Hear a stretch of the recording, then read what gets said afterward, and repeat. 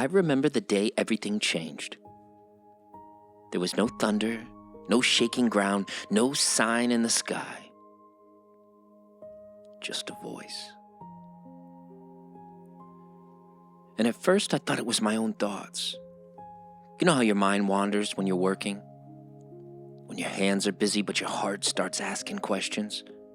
Yeah, I thought it was that, but it wasn't. Because this voice didn't ask, it revealed. Noah, I stopped. No one calls your name like that unless they know you. Not the version people see, the version people assume, but the version of you that God formed.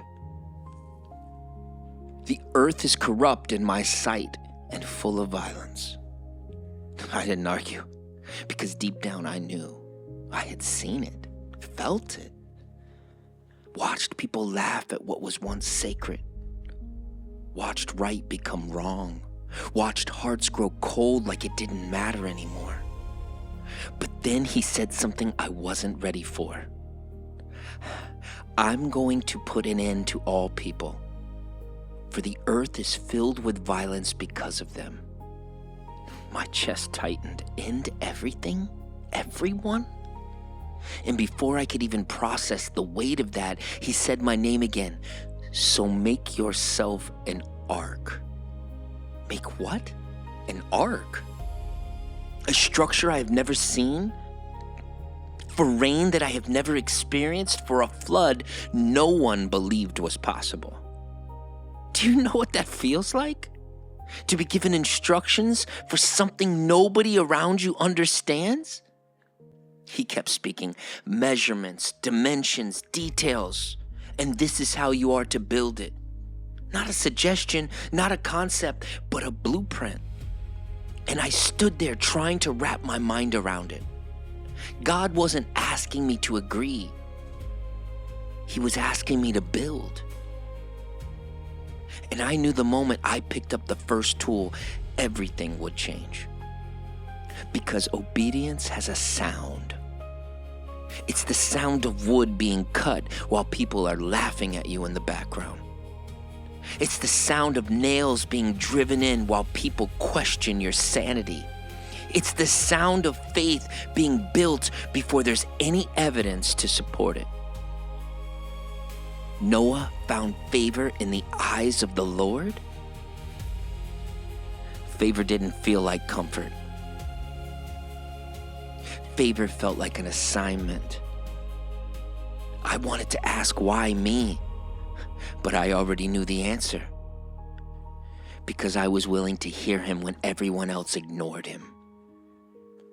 And once you hear God clearly, you don't get to pretend you didn't.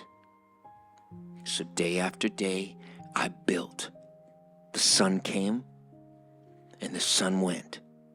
People passed by mocking, laughing, shaking their heads. What are you doing, Noah?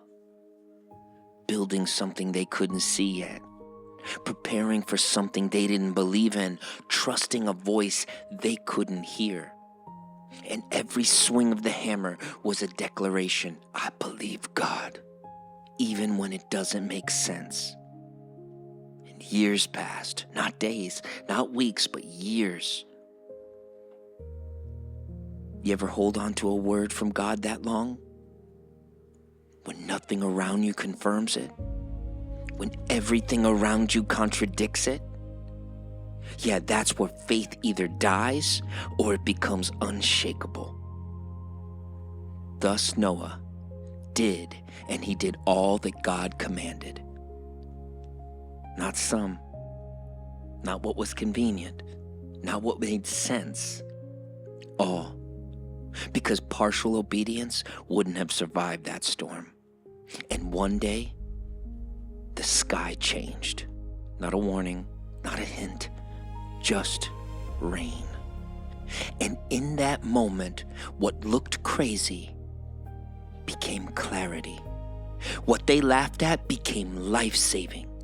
What felt like isolation became protection. Listen to me. There's a difference between being alone and being set apart. I wasn't abandoned. I was chosen. And the ark was never about wood. It was about trust. So if God is asking you to build something that nobody understands, build it. If He's giving you a word that doesn't match your surroundings, hold it. Because one day, what God told you in private will make sense in public. And when the rain starts, you won't be scrambling. You'll be ready. By faith, Noah built an ark to save his family. I didn't build it because I saw the rain. I built it because I heard God. So let me ask you, what is God telling you to build right now? What have you been delaying because it doesn't make sense? Do you need confirmation? Or do you already have a command? Because obedience might look crazy now, but it becomes clarity later. That's highlighting the way.